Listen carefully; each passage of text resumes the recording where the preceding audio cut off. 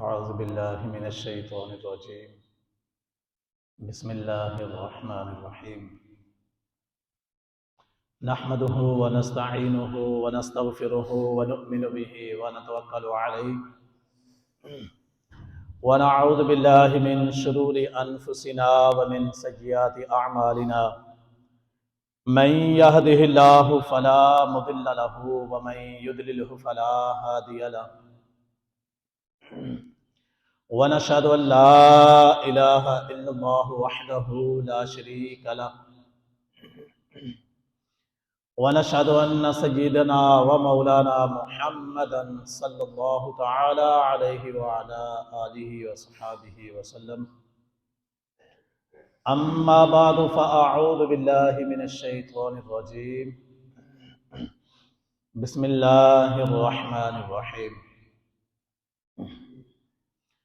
وسيجنبها الأتقى الذي يؤتي ماله يتزكى وما لأحد عنده من نعمة تجزى إلا ابتغاء وجه ربه الأعلى ولسوف يرضى.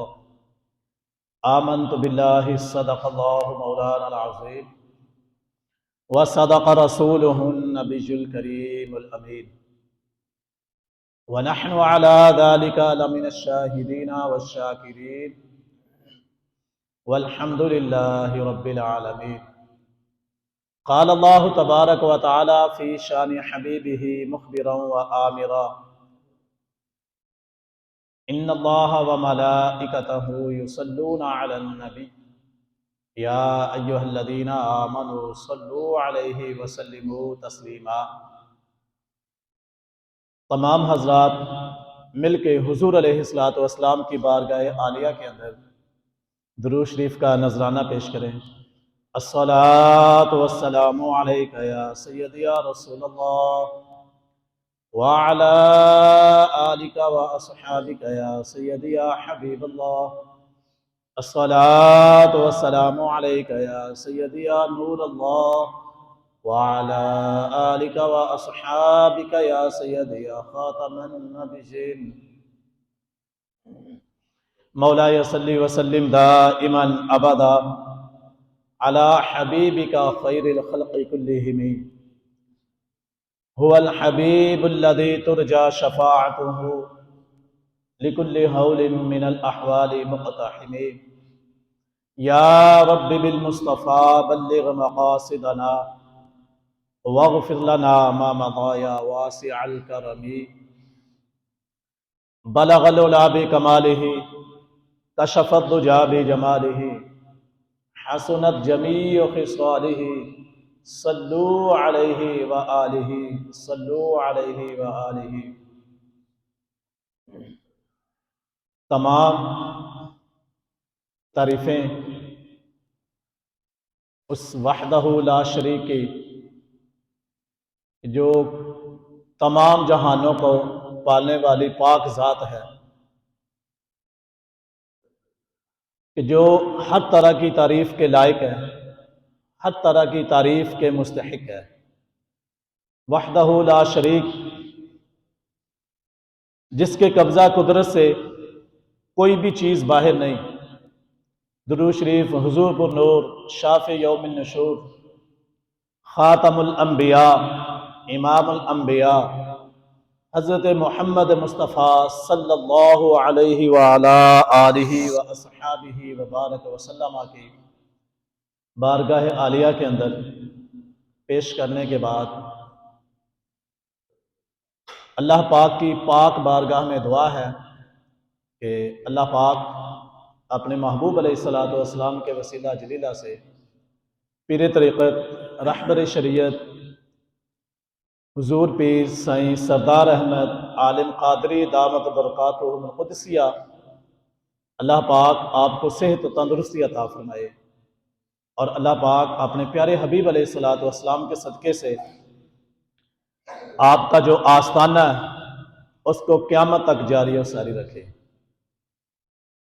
حمد و ثنا کے بعد نہایت ہی واجب الاحترام سامعین حضرات،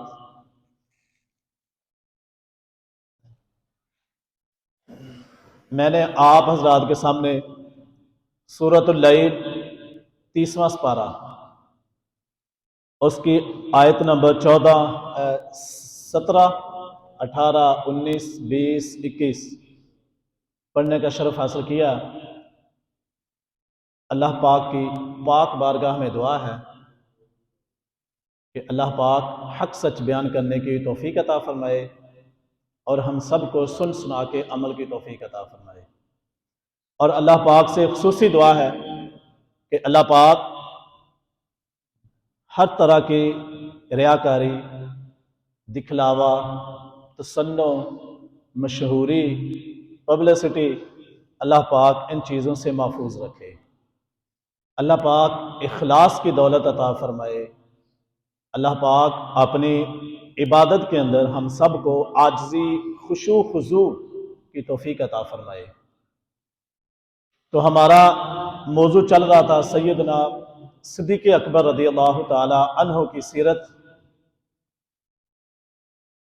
اللہ تبارک و تعالی نے قرآن پاک کے اندر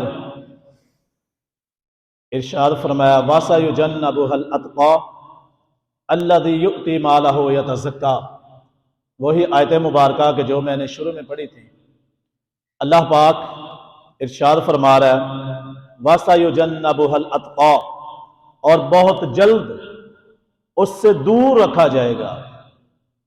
کس کو دور رکھا جائے گا؟ کس چیز سے دور رکھا جائے گا؟ جو سب سے بڑا پرہیزگار ہے، جو سب سے بڑا پرہیزگار ہے اس کو دور رکھا جائے گا۔ الذی یؤتی مالہ یتزکا، دور کیوں رکھا جائے گا؟ الذی یؤتی مالہ یتزکا، اس وجہ سے دور رکھا جائے گا کہ جو اپنا مال دیتا ہے اس وجہ سے وہ دیتا ہے تاکہ وہ ستھرا ہو جائے، کہ جو وہ مال اللہ کی پاک بارگاہ کے اندر خرچ کر رہا ہے، کہ وہ مال کا خرچ کرنا اس کی وجہ سے اس کا جو مال دنیا ہے نا وہ صاف ستھرا ہو جائے۔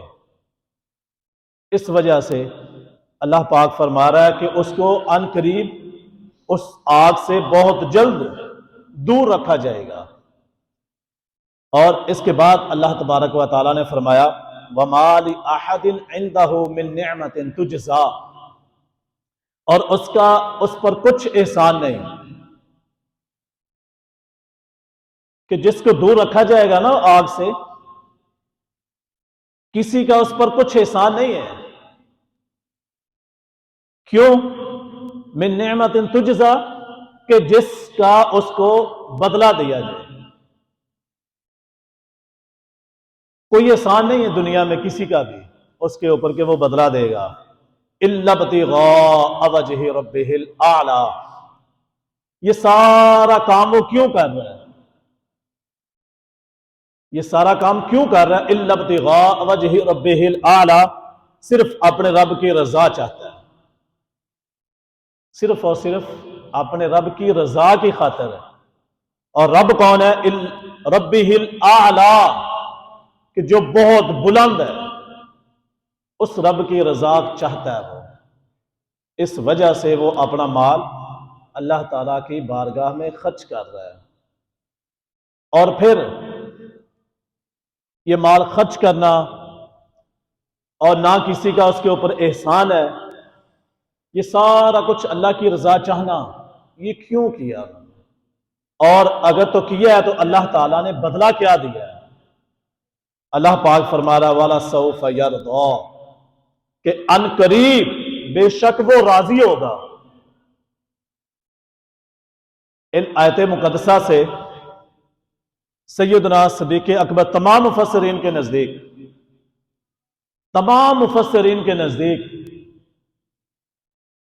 ان آیت مقدسہ سے جو سب سے بڑا پرہیزگار ہے نا وہ سیدنا صدیق اکبر رضی اللہ تعالی عنہ ہی ہے۔ تمام مفسرین نے سیدنا صدیق اکبر رضی اللہ تعالی عنہ کی ذات ہی مراد لیا ہے کہ جو سب سے بڑا پرہیزگار ہے، کہ نبیوں کے بعد جو سب سے بلند شان ہے، جس کی جو سب سے اعلیٰ شان کے مالک ہیں، وہ سیدنا صدیق اکبر رضی اللہ تعالی عنہ ہی ہے۔ کہ وہ سب سے بڑا پرہیزگار ہے، یعنی کہ کون سی آگ کل قیامت والے دن جو جہنم کی آگ ہے نا، اس آگ سے آپ کو دور رکھا جائے گا۔ بھڑکتی ہوئی جو آگ ہوگی، اس آگ سے اللہ پاک فرما رہا ہے کہ اس کو دور رکھا جائے گا۔ اگر آگ سے دور ہے، آگ جہنم کی، اگر تو جہنم سے دور ہے تو پھر پکی بات ہے کہ آپ جنتی ہیں۔ ایک بندے کو اللہ نے جہنم کی آگ سے دور رکھا ہے تو مطلب کہ اللہ پاک نے جنت کے اندر داخل فرما دیا۔ کہ سیدنا صدیق اکبر رضی اللہ تعالی عنہ، آپ کو اللہ پاک کے محبوب علیہ الصلوۃ والسلام نے دنیا کے اندر جنت کی خوشخبری سنائی، اور پھر اللہ تبارک و تعالیٰ بھی فرما رہے ہیں کہ وہ ایسی شخصیت کے مالک ہیں کہ جن کو اس بھڑکتی ہوئی آگ سے دور رکھا جائے گا۔ اللہ پاک کا فرمان بھی، محبوب علیہ الصلوۃ والسلام کا فرمان بھی، تو ان دونوں فرمانوں سے ہمیں پتہ چلتا ہے کہ سیدنا صدیق اکبر رضی اللہ تعالی عنہ جنتی ہیں۔ لیکن ایک بات قابل غور وہ یہ ہے کہ ان کو تو دنیا میں پتہ چل گیا ہے کہ میں جنتی ہوں، تو انہوں نے اللہ کی عبادت کو ترک نہیں کیا، اللہ کی عبادت ان کو نہیں چھوڑا، بلکہ زیادہ عاجزی کے ساتھ، زیادہ محبت کے ساتھ اللہ کی عبادت کی ہے۔ اور آج ہمیں تو یہ بھی نہیں پتا کہ ہم جنتی ہیں کہ نہیں، کیا پتا کل آخرت کو ہمارا کیا حشر ہونا ہے، تو ہم اللہ کی عبادت پھر بھی نہیں کرتے۔ سیدنا صدیق اکبر رضی اللہ تعالی عنہ کو تو اللہ پاک نے بھی خوشخبری فرما دی، اور محبوب علیہ الصلوۃ والسلام نے بھی ارشاد فرما دیا،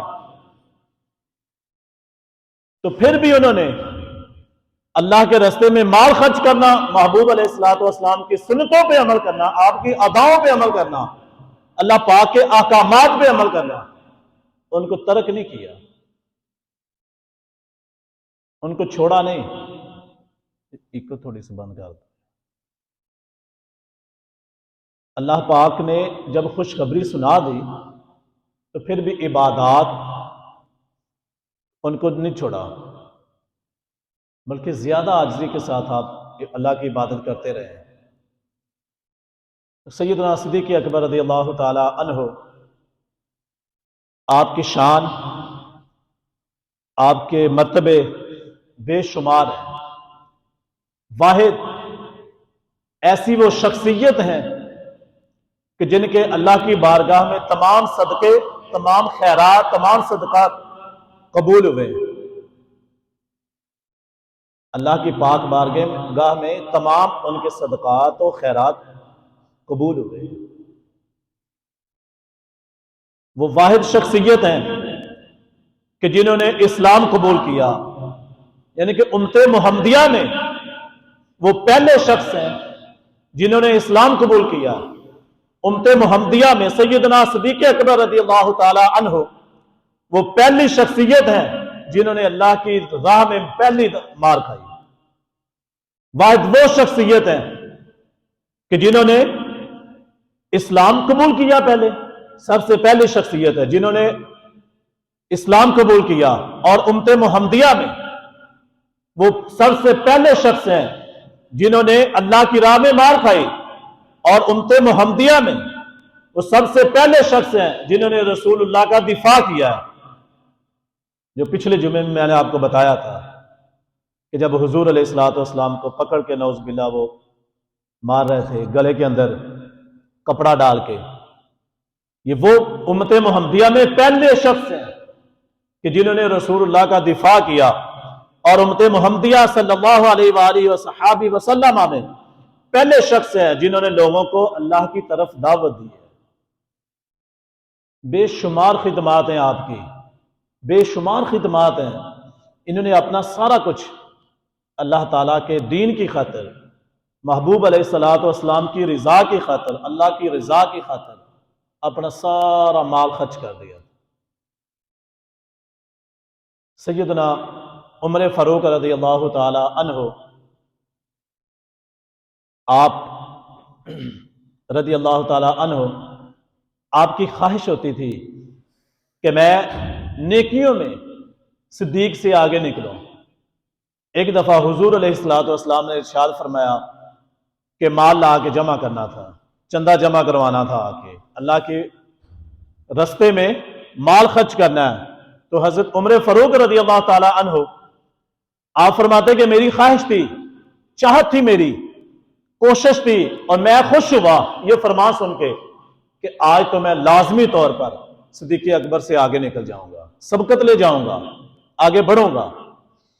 تو فرماتے کہ میں گھر گیا، گھر کا آدھا سامان لا کے محبوب علیہ الصلوۃ والسلام کی بارگاہ میں پیش کر دیا۔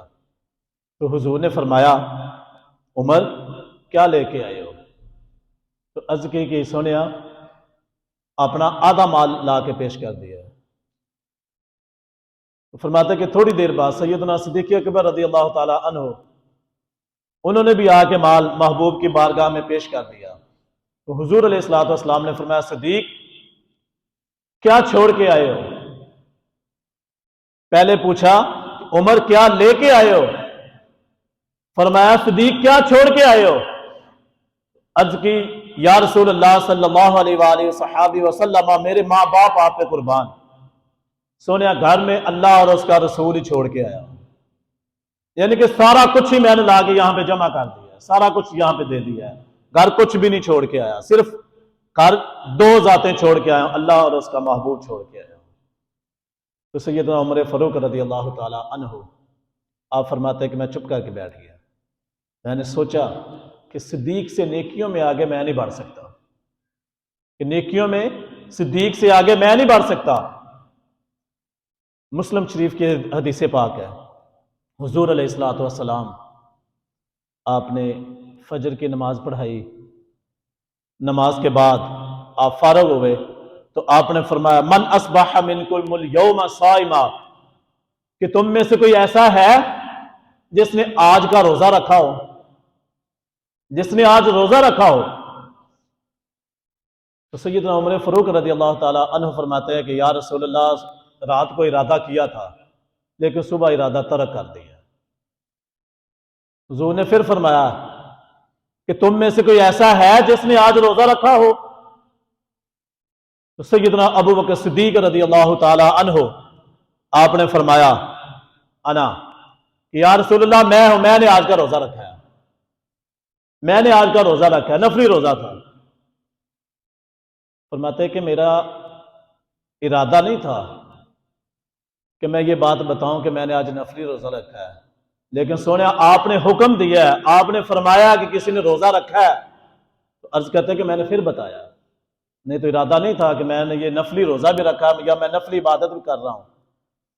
تو حضور علیہ الصلوۃ والسلام نے دوسرا ارشاد فرمایا کہ تم میں سے کوئی ایسا ہے کہ جس کسی نے صدقہ کیا ہو، مسکین کو، غریب کو، یا کسی فقیر کو، کسی حاجت مند کو کھانا کھلایا ہو۔ دوسرا سوال حضور نے فرمایا۔ تو سیدنا عمر فاروق رضی اللہ تعالی عنہ آپ عرض کرتے ہیں کہ یا رسول اللہ صلی اللہ علیہ وآلہ وصحابہ وسلم ابھی تو یا رسول اللہ صبح ہوئی ہے، گھر جائیں گے، کچھ لیں گے، پھر صدقہ کریں گے۔ تو حضور تھوڑا سا مسکرائے، فرمایا عمر ذرا ٹھہر جانا، ٹھہر جا، ذرا نظارہ تو کرو۔ ایسے محسوس ہو رہا ہے کہ جیسے شان صدیق اکبر رضی اللہ تعالی عنہ کا جلسہ ہو رہا۔ حضور نے فرمایا عمر ذرا ٹھہر جانا، ذرا ٹھہر جاؤ، جلدی نہ کریں، ذرا ٹھہر جائیں۔ حضور نے فرمایا کہ کوئی ہے آپ میں سے کسی مسکین کو کھانا کھلایا ہو؟ تو سیدنا عمر فاروق رضی اللہ تعالی عنہ آپ فرماتے ہیں کہ میں، باقی لوگ نا ادھر ادھر دیکھ رہے تھے تو میں چپکے سے صدیق کو دیکھ رہا تھا اور دل میں ارادہ کر رہا تھا کہ جناب جواب دے دو۔ حضور نے جب دوبارہ فرمایا نا کہ کوئی ہے تم میں سے جس کسی نے مسکین کو کھانا کھلایا ہو، تو فرماتے کہ باقی ادھر ادھر دیکھ رہے ہیں، میں چپکے سے صدیق کو دیکھ رہا ہوں کہ انہوں نے یہاں کرنی ہے۔ محبت دیکھیں حضور کی، سیدنا صدیق اکبر رضی اللہ تعالی عنہ کے ساتھ محبت دیکھیں۔ تو سیدنا صدیق اکبر رضی اللہ تعالیٰ عنہ عرض کرتے یا رسول اللہ صلی اللہ علیہ وآلہ وسلم میں نے کھانا کھلایا، سونے میں نے کھانا کھلایا۔ عرض کرتے کہ یا رسول اللہ صبح جب صلی اللہ علیہ وسلم کہ صبح جب میں نماز کے فجر کے لیے اٹھا تھا نا تو ساتھ چھوٹا بیٹا بھی اٹھ گیا تھا، تو میرے وضو کرتے ہوئے اس نے ماما کو کہا، اپنی امی کو کہا کہ امی جان بھوک لگی ہے، تو انہوں نے 2 روٹیاں بنا دی تھی۔ فرماتے ہیں کہ بیٹے نے ایک کھا لی، اور جب ہم نماز کے لیے نکلے ہیں نا تو ایک ابھی ہاتھ میں ہی تھی، تو جیسے دروازہ کھولا باہر ایک مسکین ایک بھوکا آدمی کھڑا تھا، تو وہ کہتا ہے کہ مجھے بہت زیادہ بھوک لگی ہے، رات بھر بھوکا ہوں، انتظار میں تھا کہ کسی کا دروازہ کھلے، کسی کا دروازہ کھلے تو سوال کرو کھانے کا، اے صدیق سب سے پہلا تیرے دروازہ کھلا ہے۔ تو فرماتا ہے کہ یا رسول اللہ وہ روٹی میں اس کو کھلا کے آ رہا ہوں۔ تو حضور علیہ الصلوۃ والسلام نے جب دوبارہ فرمایا کہ تم میں سے کوئی ایسا ہے کہ جو کسی بیمار کی تیمارداری کر کے آیا ہو، کہ جو کسی بیمار کی بیمار پرسی کر کے اور تیمارداری کر کے آیا، یعنی کہ جو کسی کا ہم حال چال پوچھنے جاتے ہیں، یہ بھی سنت ہے اور بہت زیادہ ثواب ہے۔ جو بندہ صبح کو کسی بیمار کی بیمار پرسی کے لیے جاتا ہے، اس کی تیمارداری کے لیے جاتا ہے، تو 70,000 فرشتے شام تک اس بندے کے لیے دعا کرتے رہتے ہیں۔ اور جو بندہ شام کو جاتا ہے کسی بیمار کی تیمارداری کے لیے، تو حضور علیہ الصلوۃ والسلام نے فرمایا کہ 70,000 فرشتے شام سے صبح تک اس بندے کے لیے دعائے خیر کرتے رہتے ہیں۔ یہ سنت رسول ہے۔ تو سیدنا صدیق اکبر رضی اللہ تعالی عنہ آپ عرض کرتے ہیں کہ یا رسول اللہ، حضرت عبد الرحمن بن عوف رضی اللہ تعالی عنہ وہ میرے دوست بھی ہیں، میرے عزیز بھی ہیں، بڑے پیارے ہیں۔ تو سونیا وہ کافی دنوں سے نا نماز کے لیے بھی نہیں آ رہے تھے، تو شام کو پتہ چلا کہ وہ بیمار ہیں، تو یا رسول اللہ صلی اللہ علیہ وآلہ وسلم فجر میں آنے سے پہلے میں ان کی تیمارداری کر کے آ رہا ہوں۔ تو حضور علیہ الصلوۃ والسلام نے فرمایا، بڑی زبردست آپ نے دعا فرمائی سیدنا صدیق اکبر کے لیے۔ حضور نے فرمایا یا اللہ میرے صدیق پہ رحم فرما، جس کے لیے رسول اللہ دعا فرما دیں ان کو دنیا کی کوئی پریشانی نہیں گھیر سکتی، کوئی دنیا کی پریشانی نہیں گھیر سکتی۔ آپ حضور علیہ الصلوۃ والسلام کے جب سے آپ نے اسلام قبول فرمایا حضور کے ساتھ سائے کی طرح رہے ہیں، جہاں پہ بھی جس طرح بھی ضرورت پیش آئی ہے، مال کی پیش آئی ہے، جان کی بھی انہوں نے پرواہ نہیں کی، دین کی خاطر محبوب کے اوپر انہوں نے لٹا دی۔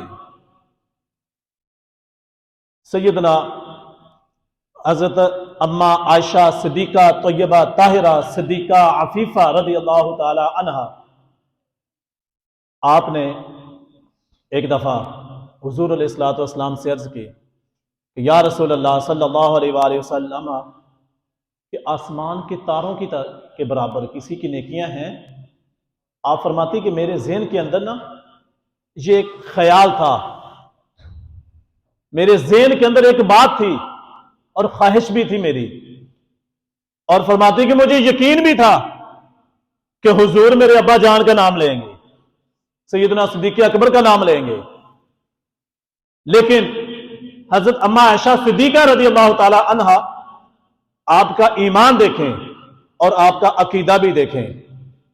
آپ عرض کرتی ہیں کہ سونیا آسمان کے تاروں کی برابر بھی کسی کی نیکیاں ہیں، تارے ہم گننا چاہیں تو نہیں گن سکتے، لیکن آپ کو پتا ہے کہ تاروں کی گنتی کا اگر کسی کو پتا ہے تو محبوب علیہ الصلوۃ والسلام کو ہی پتا ہے۔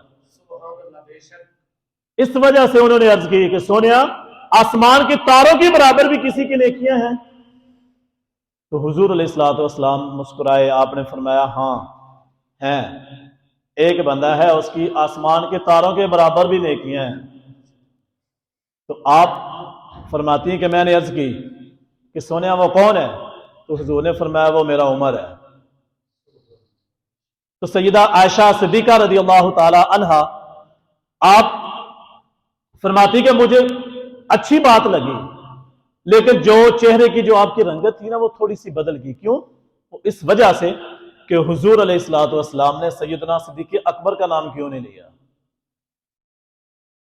تو حضور علیہ الصلوۃ والسلام مسکرائے. آپ نے فرمایا عائشہ تم کیا چاہتی تھی کہ میں آپ تیرے باپ کا صدیق کا نام لوں گا؟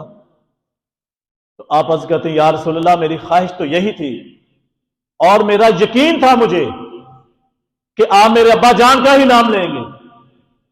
تو حضور علیہ الصلوۃ والسلام نے فرمایا کہ عائشہ سن، عمر فاروق کی آسمان کے تاروں کے برابر نیکیاں تیرے ابے کی ایک نیکی کے برابر ہے. کہ جتنی بھی آسمان کے تاروں کی برابر نیکیاں ہیں نا وہ تو صدیق کی ایک نیکی کے برابر ہے. وہ تو صدیق کی نیکیوں کا صلہ ہے، ان کے نیکیوں کی برکت ہے، نیکیوں کی وجہ سے ہے. تو سیدنا صدیق اکبر رضی اللہ تعالی عنہ آپ کی شان بہت زیادہ ہے، آپ کی عظمت، آپ کا رتبہ بہت بلند ہے. ہمیں کوشش کرنی چاہیے کہ سیدنا صدیق اکبر کے کردار پڑھیں، صحابہ کرام کے کردار پڑھیں اور دیکھیں کہ ان نیک لوگوں کے آج بھی نام ہے. وجہ کیا ہے؟ ہم تو اپنے اپنوں کو دفنا کے بھول جاتے ہیں نا، ان کے ذکر بھول جاتے ہیں، ان کی قبریں بھول جاتے ہیں، لیکن ان کے ذکر آج بھی ہیں. وجہ کیا ہے؟ وہ سمجھ گئے تھے کہ محبوب علیہ الصلوۃ والسلام کو کیا چیز پسند ہے. ان کے کردار ویسے تھے جیسے حضور کا کردار تھا، بے داغ کردار. ہمارا کردار داغوں سے بھرے پڑے ہیں، ہماری اتنی نیکیاں نہیں جتنے ہمارے گناہ ہیں. سیدنا عمر فاروق رضی اللہ تعالی عنہ آپ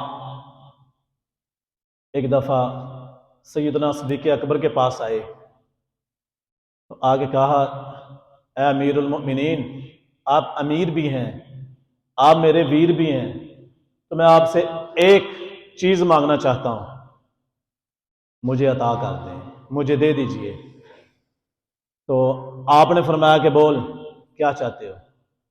تو سیدنا عمر فاروق رضی اللہ تعالی عنہ آپ دیکھیں کہ آپ کی نیکیاں کتنی ہیں. عمر فاروق کی حضور علیہ الصلوۃ والسلام نے فرمایا کہ آسمان کے تاروں کے برابر نیکیاں ہیں. تو آپ عرض کرتے ہیں امیر المؤمنین، آپ ہمارے امیر بھی ہیں اور میرے ویر بھی ہیں، میرے دوست بھی ہیں، میرے دینی بھائی بھی ہیں، میں آپ سے ایک چیز مانگتا ہوں، مجھے دے دیں. آپ نے فرمایا بولو کیا مانگتے ہو، کیا چاہتی ہو؟ تو آپ عرض کرتے ہیں کہ مجھے نا وہ غار والی جو آپ کی 3 راتیں حضور علیہ الصلوۃ والسلام کے ساتھ گزری تھی نا، 3 راتیں، 3 نہیں، ان میں سے ایک رات وہ مجھے دے دو اور میری ساری نیکیاں لے لو. نیکیاں کتنی ہیں آپ کی؟ آسمان کے تاروں کے برابر نیکیاں حضور نے فرمایا، اور ایک رات لے رہے ہیں. عرض کر رہے امیر المومنین ساری نیکیاں میری لے لو، صرف ایک جو آپ کے غار کے اندر 3 راتیں حضور کے ساتھ گزری ہیں نا، تینوں نہ دیں، مجھے صرف ایک رات دے دیں، ساری نیکیاں لے لیں. تو سیدنا صدیق اکبر رو پڑے. آپ روئے. آپ نے فرمایا عمر میری جان لے لے لیکن وہ میری ساری زندگی کی کمائی ہے، وہ 3 راتیں وہ میری زندگی ساری کی کمائی ہے. آپ چاہیں تو میری جان لے لے، جان حاضر ہے، لیکن وہ تو میری کمائی ہے نا. وہ کیسی کمائی کہ حضور علیہ الصلوۃ والسلام جب ہجرت فرمائی آپ نے، سیدنا صدیق اکبر ساتھ ہیں، 3 راتیں آپ کے غار میں گزری. انشاءاللہ العزیز ہجرت کا جو واقعہ بیان ہوگا انشاءاللہ کروں گا اگلے جمعے، کہ اس غار سے نکلنے کے بعد رستوں میں کن کن رستوں سے آپ کیسے کیسے مدینہ شریف میں پہنچے ہیں. لیکن اس غار کے اندر جب آپ وہاں پہ پہنچے ہیں تو عرض کہتے ہیں کہ سونے آپ یہاں پہ ٹھہریں، پہلے میں غار کے اندر جاتا ہوں، جا کے اس کی صفائی کرتا ہوں، دیکھتا ہوں کوئی تکلیف دینے والی چیز تو اندر کوئی نہیں. عشق دیکھیں حضور کے ساتھ، حضور کے ساتھ محبت دیکھیں آپ کی. عرض کہتے سونے آپ یہاں پہ ٹھہریں، گستاخی معاف، آپ یہاں پہ رکیں، میں جا کے دیکھتا ہوں کہ غار کے اندر کوئی تکلیف دینے والی چیز تو نہیں. آپ اندر جاتے ہیں، پورے غار کی صفائی کرتے ہیں، غار کے اندر جو سوراخ ہیں ان کو بند کرتے ہیں. ایک سوراخ بچتا ہے، اور ایک روایت کے اندر آتا ہے کہ 2 سوراخ بچتے ہیں، دونوں ایڑیاں آپ رکھ کے اس کے اوپر بیٹھ جاتے ہیں، دونوں ایڑیاں رکھ کے، تو بیٹھ کے عرض کرتے ہیں کہ سونے اندر آ جائیں آپ۔ حضور علیہ الصلوۃ والسلام اندر گئے، تشریف فرما ہوئے اندر، جاتے ہی آپ نے آپ کے رانوں کے اوپر سر مبارک رکھا اور حضور تشریف فرما ہو گئے، حضور سو گئے، آرام فرمانے لگے حضور۔ تو اسی سوراخ کے اندر سے کسی چیز نے ڈسنا شروع کر دیا تھا، کوئی تکلیف دینے لگی تھی آپ کو، اتنی زیادہ آپ کو تکلیف ہو رہی، اور یہ نہیں ان کے اندر سوچ نہیں آئی کہ میں جگاؤں، نہیں، محبت ہے نا، محبت نے گوارا نہیں کیا کہ میں حضور کو جگاؤں، کہ حضور کی نیند کے اندر کوئی خلل پیدا ہو جائے، یہ آپ کی محبت نے گوارا نہیں کیا کہ میں حضور کو بیدار کروں۔ تکلیف برداشت کر رہے ہیں، تکلیف برداشت کر رہے ہیں، تکلیف کو برداشت کرتے ہیں، آپ کی آنکھوں سے آنسو آنا شروع ہو جاتے ہیں، جیسے آنسو محبوب علیہ الصلوۃ والسلام کے رخ انور پہ پڑا ہے نا، تو حضور بیدار ہوئے ہیں۔ اب یہ نہیں کہ حضور کو پتہ ہی کوئی نہیں ہے کہ یہ کیوں رو رہے ہیں، یہ ہمارا نظریہ نہیں ہونا چاہیے کہ حضور علیہ الصلوۃ والسلام کو نعوذ باللہ معاذ اللہ کہ کوئی پتہ نہیں تھا۔ حضور ساریاں خبریں رکھتے ہیں، یا ایھا النبی انا ارسلناک شاہدا ومبشرا ونذیرا، اے غیر کی خبریں بتانے والے نبی، اللہ حضرت ایسے ترجمہ کیا ہے، اور حضور علیہ الصلوۃ والسلام تو غیر کی خبریں بتانے والے ہیں نا۔ تو آپ نے فرمایا صدیق کیا ہوا ہے، کیوں رو رہے ہو، پریشانی کیا ہے؟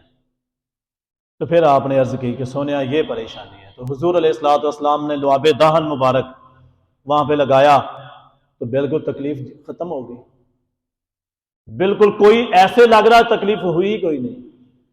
سیدنا صدیق اکبر رضی اللہ تعالی عنہ کی شان بہت زیادہ ہے، بہت ہی زیادہ ہے۔ ہمیں چاہیے کہ ہم آپ کی شان پڑھیں، آپ کے کردار پڑھیں کہ انہوں نے کیسے زندگی گزاری ہے۔ وہاں پہ غار کے اندر آپ ہیں، غار کے اندر موجود ہیں، تو کافر تلاش کرتے کرتے جب غار کے دروازے پہ پہنچے ہیں نا، جب غار کے دروازے پہ پہنچے ہیں تو سیدنا صدیق اکبر رضی اللہ تعالیٰ عنہ نے عرض کی، یا رسول اللہ صلی اللہ علیہ وسلم، وہ آ گئے باہر آ گئے، اگر انہوں نے نشان ہمارے قدموں کے دیکھ لیے تو اندر آ جائیں گے۔ یا رسول اللہ آپ کی جان کا مجھے حفاظت کی ضرورت ہے۔ انہوں نے اپنی جان کی پرواہ نہیں کی، جہاں پہ بھی پرواہ کی ہے حضور علیہ الصلوۃ والسلام کی جان کی ہی کی ہے، اپنی جان کی پرواہ نہیں کی، نہ اپنے اہل خانہ کی جانوں کی پرواہ کی ہے۔ تو حضور علیہ الصلوۃ والسلام نے فرمایا لا تحزن ان اللہ معنا، کہ اے صدیق لا تحزن، پریشان نہ ہو، غم نہ کر، ان اللہ معنا، کہ بے شک اللہ ہمارے ساتھ ہے۔ تو وہاں پہ تھا کیا؟ غار کا منہ بند تو نہیں تھا، صرف مکڑی کا جالا ہے، صرف مکڑی کا جالا یا انڈے تھے کبوتری کے، نظر پڑ سکتی تھی ان کی، لیکن جب حضور علیہ الصلوۃ والسلام نے فرمایا کہ لا تحزن ان اللہ معنا، اے صدیق پریشان نہ ہو، اللہ ہمارے ساتھ ہے، تو پھر آپ کو تسلی ہوئی، آپ بڑے آرام سے بیٹھ گئے۔ بولے جبریل سے حق تعالی، بولے جبریل سے حق تعالی، جاؤ جا کر دلاسا تو دے دو، جاؤ جا کر دلاسا تو دے دو، صدیق کے لیے ہے خدا کا رسول بس، کہ جاؤ بولے جبریل سے حق تعالی، جاؤ جا کر دلاسا تو دے دو، غار میں اشک ٹپکا رہے ہیں روے مصطفیٰ پر صدیق اکبر، کہ جاؤ ان کو جا کے دلاسا دے دو کہ لا تحزن ان اللہ معنا، کہ یہ وہ آیت مقدسہ اور حضور علیہ الصلوۃ والسلام کو وہی جو حاضر ہوئی، آپ نے فرمایا کہ لا تحزن ان اللہ معنا، یہ وہ ہے کہ جبریل کو اللہ تعالیٰ نے فرمایا جاؤ جا کے ان کو دلاسا دو، وہ رخ انور کے اوپر نا اپنے اشک بہا رہے ہیں، ان کو دلاسا دے دو کہ پریشان نہ ہو، اللہ ہمارے ساتھ ہے۔ یہ ہے سیدنا صدیق اکبر رضی اللہ تعالی عنہ، آپ کی شان تو بہت ہے، بہت زیادہ شان ہے۔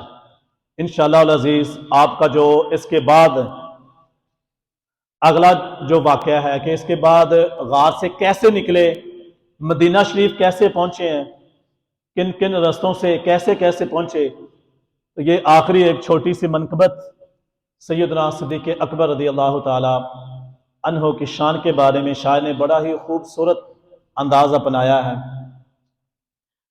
کیا لکھتے ہیں کہ ابو بکر تو ابو بکر ہے، کہ ابو بکر تو ابو بکر ہے، نبی اکرم کا ہم سفر ہے، ابو بکر تو ابو بکر ہے، ابو بکر پہ ہمیں فخر ہے، کیوں؟ کیونکہ ابو بکر تو ابو بکر ہے۔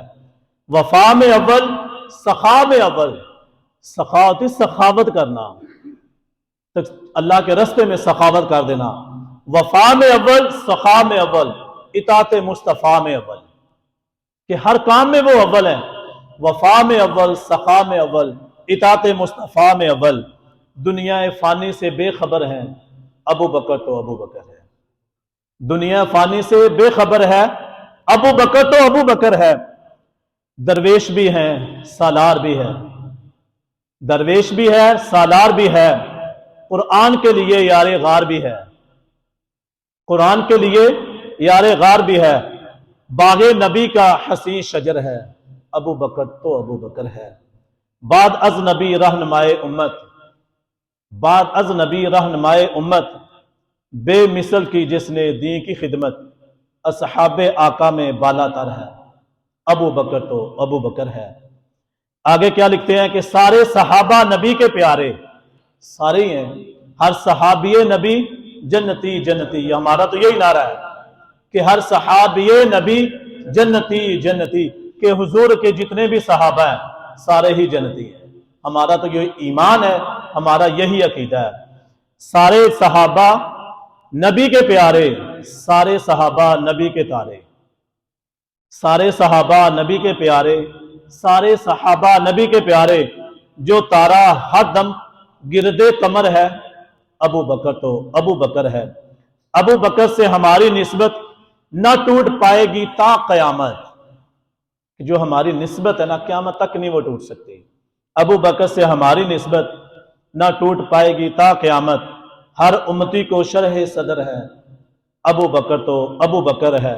نعرہ تکبیر، نعرہ رسالت، نعرہ رسالت، شان صدیق اکبر، ہر صحابی جنتی، ہر صحابی نبی جنتی جنتی۔ ابو بکر سے ہماری نسبت نہ ٹوٹ پائے گی تا قیامت، ہر امتی کو شرح صدر ہے، ابو بکر تو ابو بکر ہے۔ سانپوں سے زیادہ وہ پر خطر ہے، سانپوں سے زیادہ وہ پر خطر ہیں جو منکر ابو بکر ہیں۔ یعنی کہ سانپوں سے خطرات ہوتا ہے نا، لیکن جو منکر ہیں ابو بکر کے، وہ سانپوں سے بھی زیادہ خطرناک ہیں۔ سانپوں سے زیادہ وہ پر خطر ہیں جو منکرین ابو بکر ہے، سینہ باطل زیر و زبر ہے، ابو بکر تو ابو بکر ہے۔ محبوب رب کا محبوب ہے تو حشر تک مہکے گی تیری خوشبو۔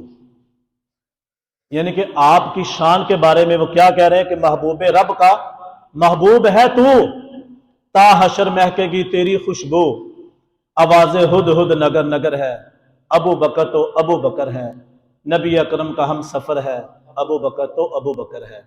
یعنی کہ وہ ایسا سفر ہے کہ آپ کے اس سفر کے اندر جو 3 راتیں گزری نا، سیدنا عمر فاروق نے یہ ابھی میں نے بیان کیا ہے کہ آپ نے فرمایا کہ تاروں کے برابر جو میری نیکیاں ہیں نا ابو بکر وہ لے لو، صرف وہ غار کے اندر جو راتیں ہیں ان میں سے ایک رات دے دو۔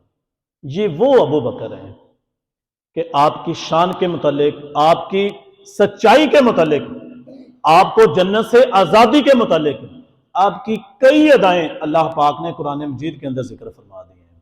آپ کو جہنم سے دور رکھا گیا، اللہ پاک نے قرآن پاک میں فرما دیا۔ آپ کا صدقہ خیرات وہ کس کے لیے تھا؟ ریاکاری کے لیے نہیں، دکھلاوے کے لیے نہیں، صرف اور صرف کس لیے تھا؟ الا ابتغاء وجہ ربہ الاعلی، اس رب اعلیٰ کی خوشنودی کے لیے تھا۔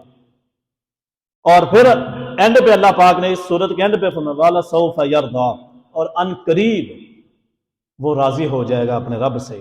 یہی الفاظ اللہ پاک نے حضور علیہ الصلوۃ والسلام کے لیے بھی ارشاد فرمائے کہ وَلَسَوْفَ يُعْطِيكَ رَبُّكَ فَتَرْضَىٰ، کہ اے محبوبہ ہم آپ کو امت کے بارے میں اتنا عطا فرمائیں گے، اتنا عطا فرمائیں گے کہ آپ راضی ہو جائیں گے۔ یہی الفاظ اللہ پاک نے سیدنا صدیق اکبر کی شان کے متعلق فرمائے کہ ان قریب یہ اللہ سے راضی ہو جائیں گے۔ دعا ہے اللہ پاک کی پاک بارگاہ کے اندر کہ اللہ پاک ہم سب کو نیک سیرت نیک کردار بنائے، اور تمام صحابہ کرام رضی اللہ تعالی عنہم